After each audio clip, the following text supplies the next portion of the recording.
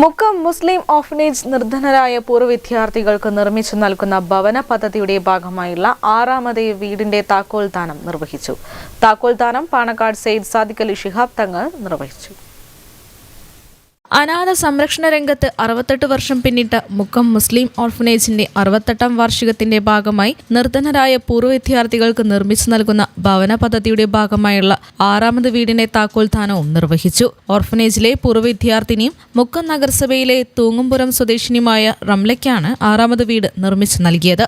മുക്കം മുസ്ലിം ഓർഫനേജിൽ എത്തുന്ന അനാഥർ ഓർഫനേജിൽ നിന്നും പുറത്തു പോകുമ്പോൾ സനാഥരായി പോകണമെന്ന സ്ഥാപക നേതാക്കളുടെ ആഗ്രഹം യാഥാർത്ഥ്യമാക്കുക എന്ന ലക്ഷ്യത്തോടെയാണ് സ്ഥാപനത്തിൽ നിന്നും വർഷങ്ങൾക്ക് മുമ്പ് പിരിഞ്ഞുപോയ വിദ്യാർത്ഥികളിൽ നിലാരംഭരായവരെ കണ്ടെത്തി വീട് നിർമ്മിച്ചു നൽകാൻ ഇപ്പോഴുള്ള മാനേജ്മെന്റ് തീരുമാനിച്ചത്.